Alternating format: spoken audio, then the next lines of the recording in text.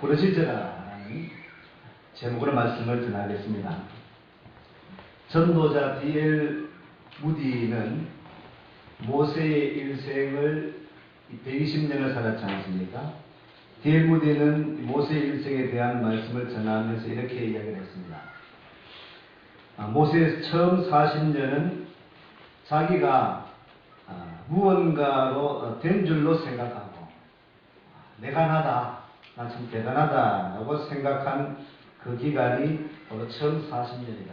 왕국에서 살았기 때문에. 그래서 something, 뭔가 있는 그런 기간이다. 그렇습니다. 이 사도행전 7장 22절 말씀에 보면 모세의 일대기를 스데반 집사님이 설교하면서 이렇게 이야기를 하고 있습니다. 모세에 대한 이야기를 하면서 모세가 애굽인의 학수를 다 배워 말과 행사가 다 능하더라. 애굽 사람의 학수를 다 배웠다. 왕국에서 살았기 때문에 당시 애굽은 모세의 당시에 그 애굽은 당시 세계의 최고의 문명의 그런 나라가 애굽이었지 않습니까? 그게 애굽의 학수를 다 배웠다고 하니까 참 대단하죠. 말과 행사가 다 능했다. 참 대단했다라는 것이죠. 그런데 40대가 되어서 사도행전 7장에 보면은 40살이 되어서 40세에 라는 말이 나옵니다. 이 40대의 동포가 애굽 사람에게 괴롭힘을 당하는 것을 보고 오늘 출애굽기 2장에도 이야기되고 있습니다만은 그 애굽 사람을 쳐 죽여버립니다. 그리고는 모래에 그렇게 파묻죠. 40대는 혈기왕성했습니다. 또 왕국에서 모든 학수를 다 배웠기 때문에 아주 지식이나 능력이 있었습니다. 또 40대니까 힘이 있었습니다. 그때에 사람 다스리는 그런 모든 리더십에 대한 리더가 이러한 것이다라는 것을 왕궁에서 애굽의 궁에서 다 배웠습니다. 또 지식과 또 능력과 또 혈기도 있죠. 또 힘도 있죠. 능력 있는 사람으로 성장했습니다. 힘이 있기 때문에 사람들이 만약에 말을 듣지 않으면 때렸으라도 아니면은 내 힘을 과시하면서 죽였으라도 다스려야 되겠다. 그런 측면으로 모세의 일대기가 처음 기간이 그러했습니다. 그런데 다시 다음 40년 동안은 사람을 죽인 것 때문에 그것이 나중에 탈로가 나가지고 미디안 광야로 도피하게 되죠. 미디안 광야로 도망치게 됩니다. 그때 40년 동안 미디안 광야에서 40년 동안 머무르게 되면서 다시 한번 이 모세는 이 무디의 말을 빌리면은 두 번째 기간 40년은 나는 참 아무것도 아니구나. nothing. 난 아무것도 아니다. 나는 정말 아무것도 아닌 그런 사람이구나. 미디안 광야에서 양무리를 치면서 자기는 아무것도 아닌 것을 느끼고 깨닫게 되어지는 그 기간이 40살로부터 80살에 이르는 동안 그 40년이었다. 양치는 목자로서 40년을 그렇게 지나게 되어집니다. 가만히 보면은 하나님께서 처음에 태어나서 40년 동안에 왕궁에서 생활하는 것도 아버지 하나님의 뜻이었습니다. 그 섭리가 있음을 발견하게 됩니다. 미리 이 모세라는 이름이 물에서 건졌다라는 것. 지난주에 말씀드렸죠. 물에서 건짐을 모세가 받았는데 그것이 바로 모세입니다. 이 모세는 또한 이스라엘 백성들을 나중에 물에서 건지는 그 역할, 지도자로서 역할을 감당하게 되죠. 어떤 역사입니까? 출애굽을 하면서 홍해를 건너게 하는 것을 하나님께서 모세를 통해서 그렇게 사용하셨습니다. 미리 어릴 때부터 태어나는 것이 물에 건짐을 받았는데 물속에서 건짐을 받은 모세. 어릴 때부터 하나님은 귀한 뜻이 있어서 이스라엘 백성들을 구원하시고자 모세를 택하셨고 그 어린 기간에 성장하는 동안 40년 동안 애굽에서 또한 궁에서 모든 학수를 애굽인의 학수를 배우게 하심으로 그 능력을 키워나가도록 해주셨다는 겁니다. 그 40년 동안 자기만 아는 세월, 힘이 있으니까 지식이 있으니까 왕국에서 사니까 권력 권세를 가지니까 자기만 바라봤는데 자기만 생각에 나밖에 몰랐는데 그 사건을 통해서 40년, 40살이 되어서 미디안 광야에서 이제는 양치는 목자로 살아갑니다. 도피에서 숨어서 별을 바라보면서 들판을 바라보면서 양치는 목자로서 그때 40년 동안 그렇구나, 내 힘으로 그렇게 지식으로 다스리는 것이 아니구나. 미디안 광야에서 40년 동안 양치는 목자로서의 생활을 하면서 다시 한번 하나님의 그 뜻을 발견해 나가기 시작합니다.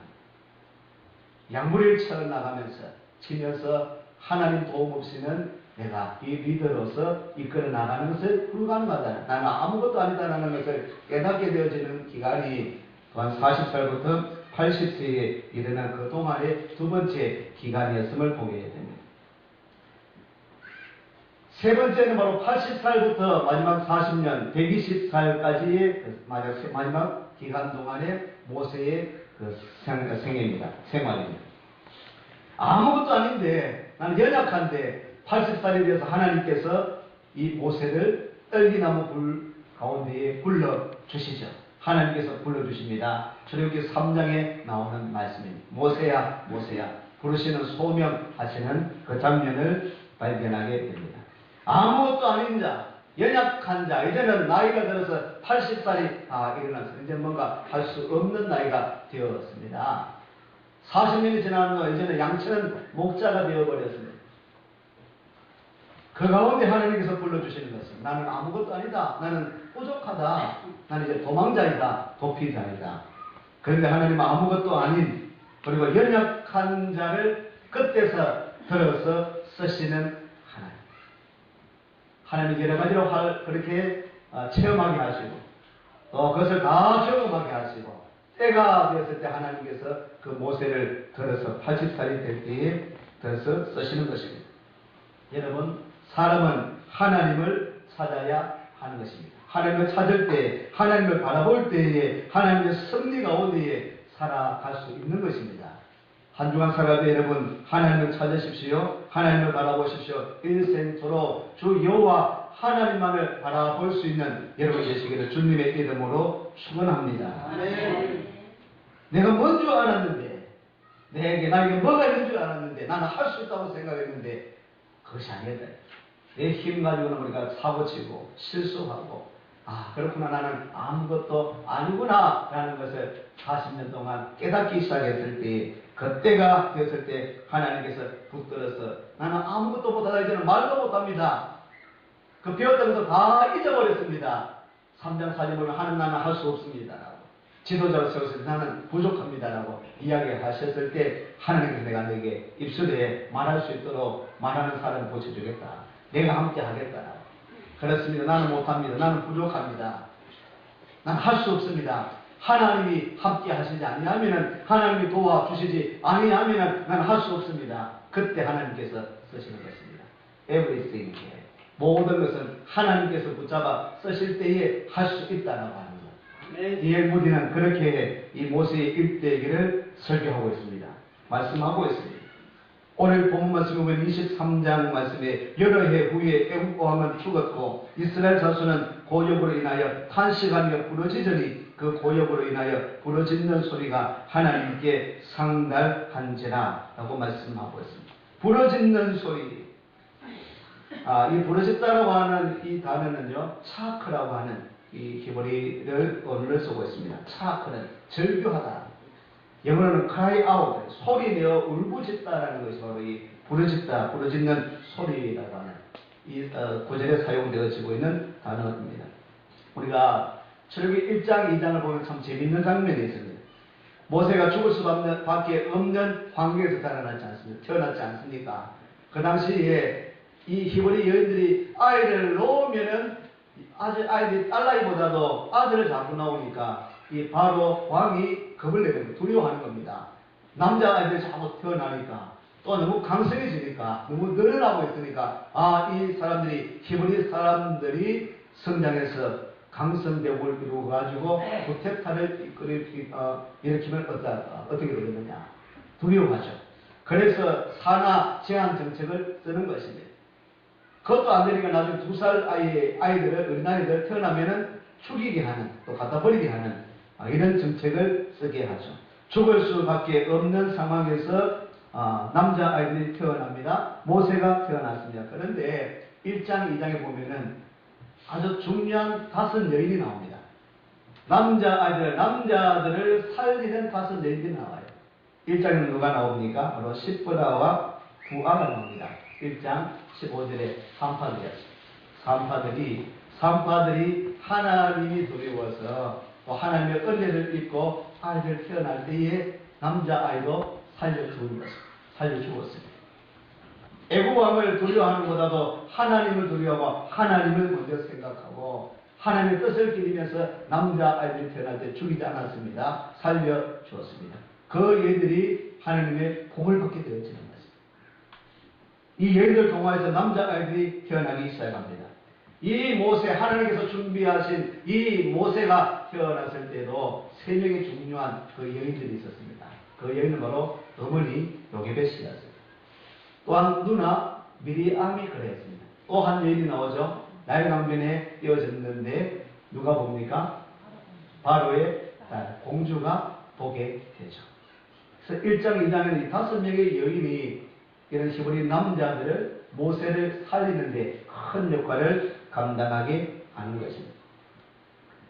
2장 6절에 이 모세가 태어났을 때 이렇게 이야기하고 있습니다. 2장 6절에 열고 그 아이를 보니 아이가 우는지라 그가 불쌍히 여겨 가로되 이는 히브리 사람의 아이로다.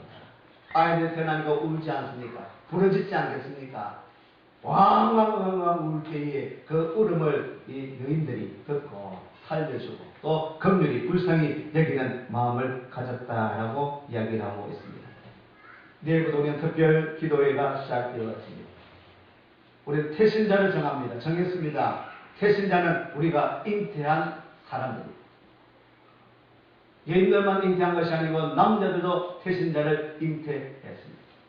오늘 출애굽기 1장, 2장의 여인들이 아이가 태어나서 우는 것을 보고 긍휼히 여겼다, 불쌍히 여겼다. 아이가 왕왕 우는 것을 보고 부러지는 그 울음소리를 보고 긍휼히 불쌍히 여겼다는 오늘 이 마음을 우리가 특별 기도를 시작하면서 저와 여러분들이 품기를 바랍니다. 태신자를 향하여서 이런 양을 향해서 죽어가는 심령을 향하여서 긍휼히 여기는 마음, 불쌍히 여기는 그 마음을 품기를 소망합니다.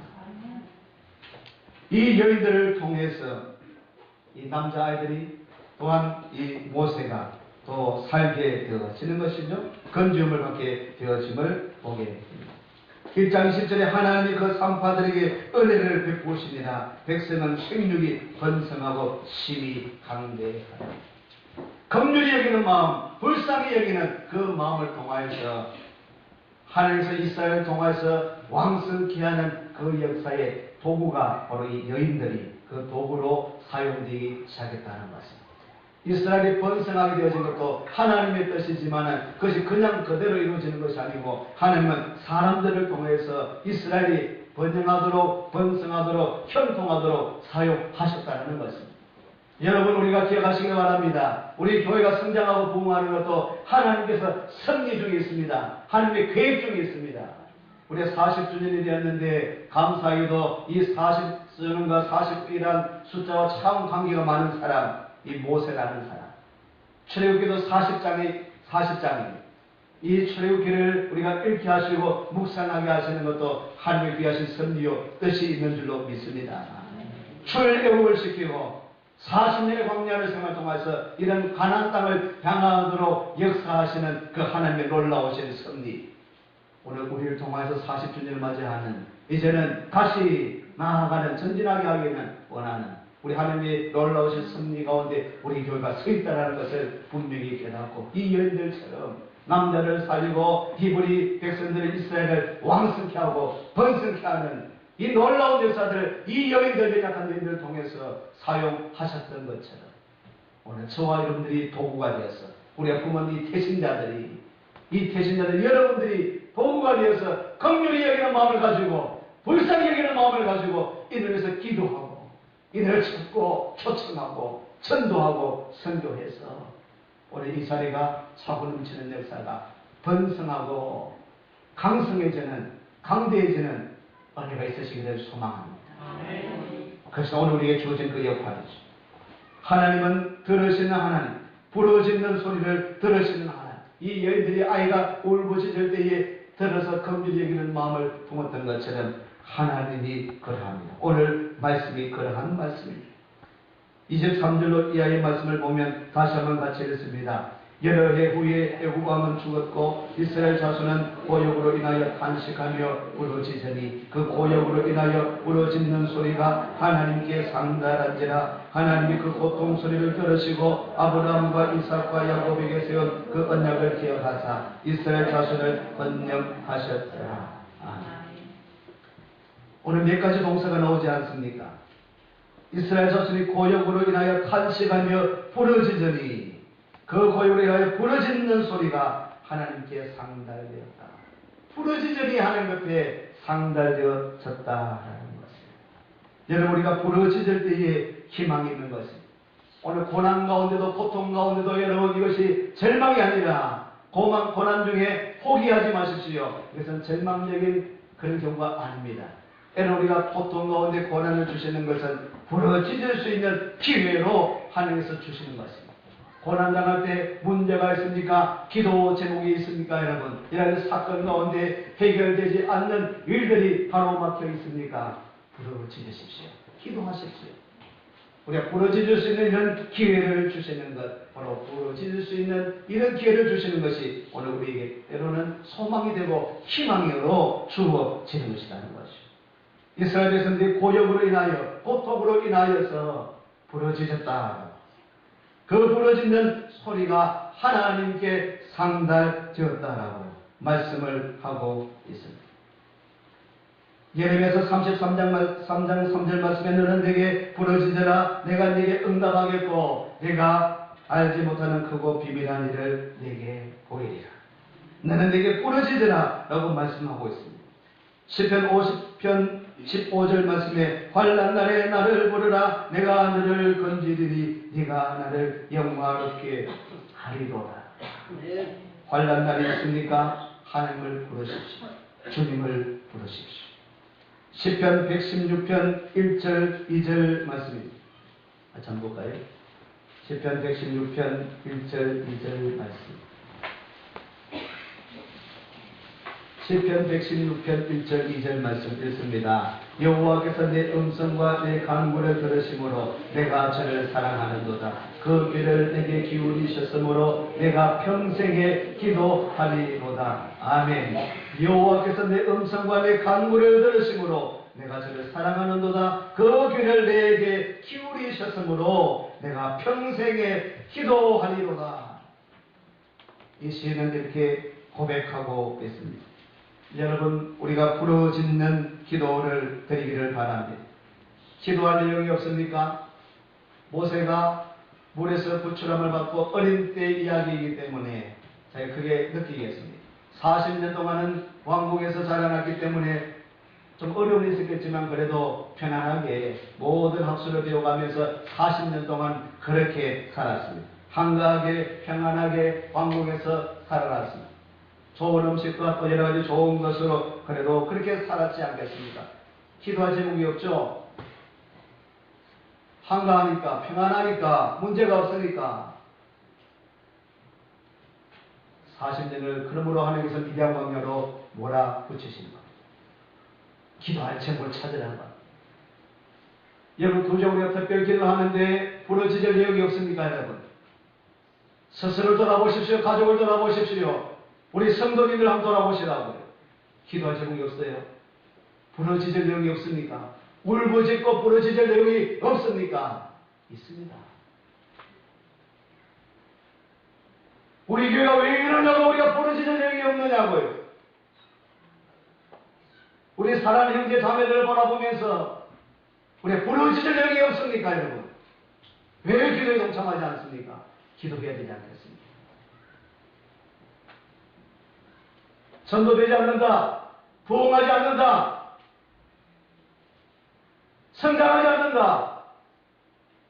왜 이렇게 복을 받지 못하느냐?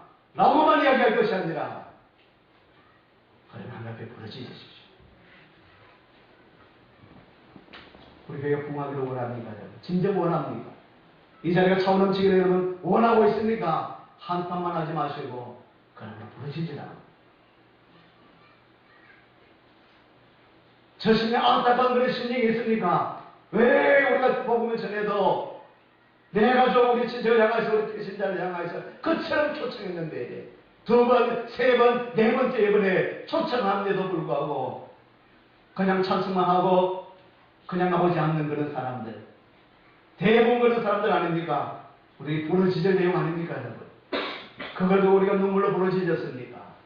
울부짖으면서 부르짖었습니까? 부르짖으라는 거예요. 부르짖으면 그 기도가 하나님께 하늘에 상달된다. 아멘. 이번 기도의 경제 여러분, 한탄만 할 것이 아니고 불평만 할 것이 아니고 기도가 어렵다고만 할 것이 아니라 2주간은 길지 않습니다. 작정하십시오. 결단하십시오. 피곤하시 하시겠죠. 그러나 2주간 내가 특별히 부르짖어야 되겠다. 새벽에도 부르짖고 아침에도 낮에도 밤에도 나와서 부르짖어야 되겠다고. 부르짖으면 환난 날에 부르짖으라. 기도 제목을 갖고 부르짖으라. 너는 내게 부르짖으라. 그러면 우리 하나님께서 들으시겠다 약속하고 있습니다. 우리 함께 기도하는 그런 시간 되었으면 좋겠습니다. 할렐루야. 하나님께서 그 기도를, 하나님이 그 고통 소리를 들으시고 아브라함과 이삭과 야곱에게 세운 그 언약을 기억하사 하나님이 들으셨다. 하나님은 그냥 그러면 안 들으시겠어요? 모르시겠습니까? 듣고 계시죠. 그런데 여러분들이 부르짖느냐는 겁니다. 하나님께서 모르시는 것이 아니라 여러분들이 부르짖느냐는 겁니다. 집으로 돌아가서 친구들에게, 성도들에게 그냥 이렇고 저렇고 말만 할 것이 아니라 부르짖느냐는 것입니다. 성장하지 않고 부흥하지 않는다라고 한다는 것이 아니라 주님 앞에 나와서 부르짖느냐는 것입니다. 기도할 때 그걸 보신다. 울부짖고 부르짖는 것을 그때 하나님께서 들으시고 기억하시고, 우리 하나님께서 기억 안 하시겠습니까? 여러분이 애달게 간절하게 가정의 문제에 가 있죠. 해결되어야 될 것이 있죠. 자녀들 향해서 우리 가정의 복받기를 위해서 기도하신 분들 다 있지 않습니까? 눈물로 여러분 부르짖습니까? 소리내어 부르짖습니까? 그래 보십시오. 그러면 하나님께서 들으시겠다. 그래 네가 부르짖는구나, 기도하는구나. 들으시고 기억하시고 이스라엘 자손을 권념하셨다 알아보시는 것. 이 말씀은 하나님께서 행하시겠다는 것입니다. 듣고 이루어 나가시겠다는 것입니다. 2주간 우리에게 기도할 기회를 주셨습니다. 매일 우리는 쉬지 말고 기도해야 됩니다. 그래서 특별히 기도할 기간을 주셨습니다. 간절한 심령으로 정성을 다해서 이번 기간 동안에 아이들 붙들고 학생들 붙들고 가족을 붙들고 우리 교회 제목을 붙들고 이 나라 민족 대선을 앞두고 우리가 부르짖어야 될 내용들이 참으로 많지 않습니까? 이 대구 땅을 살면서 우리 대구 땅이 자살과 폭력으로 그렇게 얼룩져 있습니다. 아이들이 죽어가고 있어요. 예수 믿는 가정의 아이들도 죽어가고 있어요. 예수 믿는다고 하면서 이 연예인들이 자살이 얼마나 많습니까? 예수 믿는다고 하면서 부러지자 내용입니다. 우리 10월 25일 날은 처음으로 우리 대구에서 목사님 장로님들 함께 모여서 대구 세연교회에서 우리 대기 종이 주관을 해서 금식 기도해 갔습니다. 11시부터 4시까지 우리 목사님들이, 장로님들이, 지도자들이, 앞서 세운 직분자들이 부르짖어야 되는 것입니다. 그럼 하나님께서 우리 기도를 들으시고 너희들이 그 일을 깨닫는구나, 부르짖고 있는구나, 기도하는구나, 우리 기도를 들으시고 응답하시며 이루어 나가실 줄로 믿습니다. 아멘. 오늘 이 장은 이렇게 마치고 있습니다. 여러분, 오늘 이 장을 통해서 한 가지 질문을 던지면서 이 장은 마치고 있습니다. 오늘 이 말씀을 읽으면서 부러지는 때 하나님께서 상달되어졌습니다. 하나님 그 고통 속에 들으셨습니다. 아브라함과 이삭과 야곱의 그 언약을 기억하셨습니다. 이스라엘 자손을 권념하셨습니다. 바라보셨습니다. 아셨습니다. 그러면 3장부터는 여러분 한 가지 질문을 던지면서 우리는 이 장을 마감하게 됩니다. 어떤 생각을 가지게 됩니까? 하나님께서 이제 어떤 일을 시작하실 것인가? 하나님이 이제 어떤 일을 통하여서 이루어 나가실 것인가? 우리가 부르짖어나는 하나님께서 기억하시고 보신다고 하셨는데, 그러면 3장부터 하나님은 어떻게 그 부르짖는 기도를 응답해 가실까? 그 질문을 안고 우리는 이 장을 마감하려 합니다. 이제 2주간 동안 기도가 시작되었습니다. 우리가 부르짖을 때, 함께 부르짖을 때, 새벽에 부르짖을 때에, 우리 릴레이 항상 부르짖을 때에 하나님은 우리 부르짖는 기도를 들으시고 어떻게 우리 교회를 통하여서 역사해 나가실까? 어떻게 이루어 나가실까? 부르짖는 아이들의 기도 소리를 듣고 이 아이들을 하나님은 어떻게 사용하실까? 그 기대감을 가지고 함께 부르짖을 수 있는 여러분 되시기를 바랍니다. 기도하겠습니다.